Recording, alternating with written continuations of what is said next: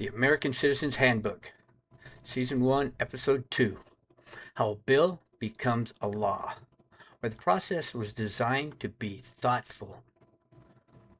Welcome to Spin Cycle America. I'm Coach. This isn't about political parties.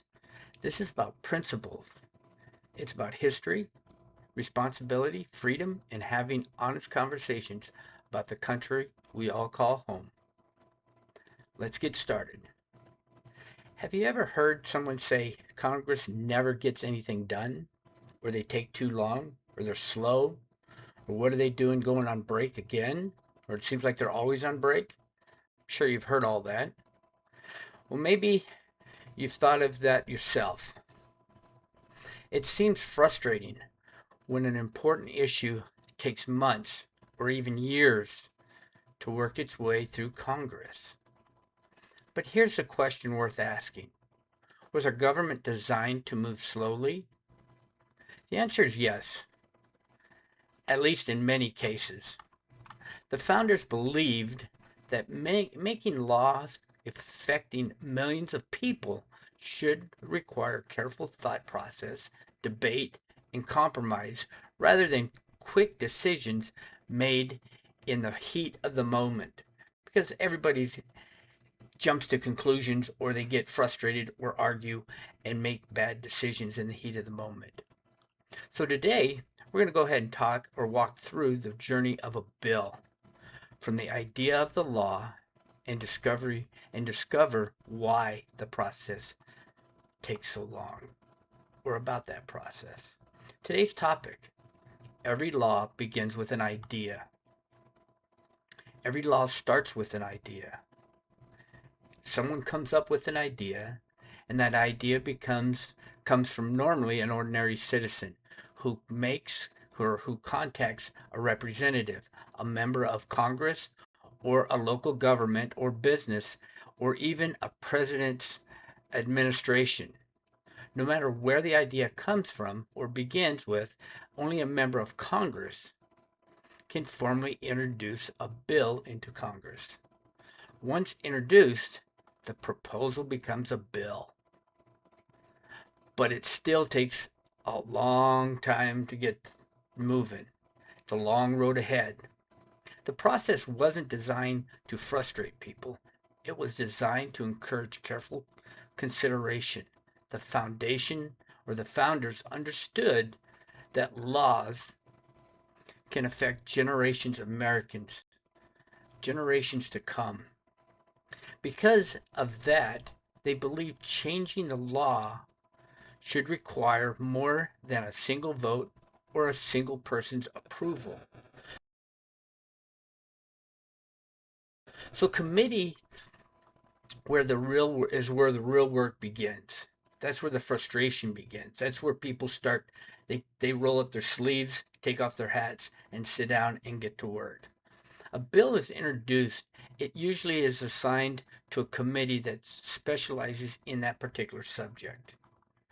Think of a committee as a study group. You've heard of study groups before, whether it's for medical reasons or something to that effect. Members examine the bill in detail.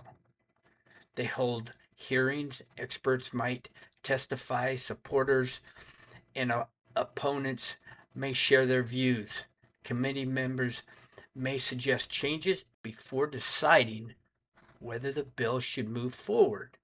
And many bills stop here once they get through the committee or through that portion of debate. Only some advance to the full House or Senate. Although committee work doesn't receive much public attention, it plays a major role in shaping legislation. This is where the real work begins, once it passes that. But we, the public, really have no idea of what is going on. So debate, amendments, and vetoes start to begin.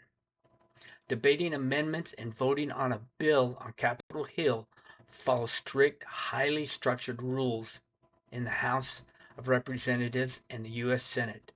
Each chamber balances time, majority control, and minority rights differently during the legislation floor process. If a committee approves a bill, it moves to the full House or Senate. Lawmakers debate its merits. Some members argue in favor, others raise concern or propose amendments. When the debate concludes, a vote is held.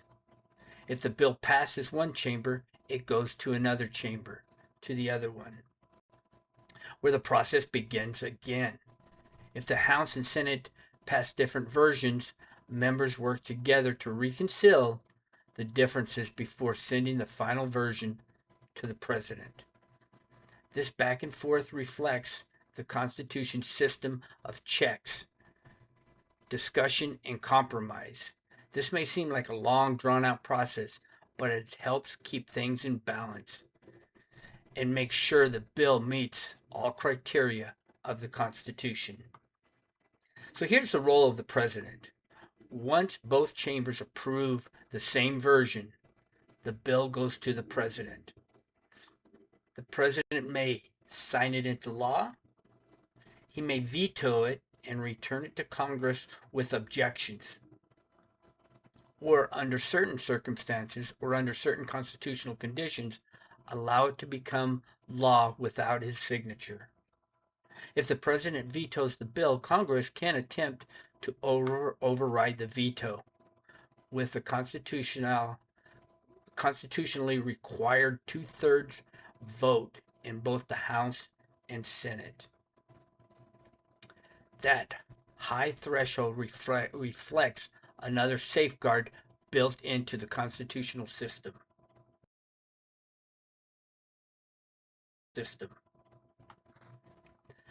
Why this matters? As a football coach, I've learned the biggest decisions shouldn't be made or be rushed. Before a game, we study film, we practice, we make adjustments, we listen to assistant coaches, we ask questions. Why? Because preparation often leads to better decisions. The founders applied the similar process or similar principles to governing. They knew that one system or no system would be perfect, but they believed careful deliberation was generally better than impulsive lawmaking. Whether we agree with the law or not, understanding the process helps us become more informed citizens. So Constitutional Corner is this. Article 1, Section 1 of the Constitution begins with these words. All legislative power herein granted shall be vested in a Congress of the United States. The Constitution places the authority to make laws in Congress, reflecting the founders' decision to divide the power rather than concentrate it into one person. Can you imagine if one person controlled it? We're kind of going through that problem right now. History Minute.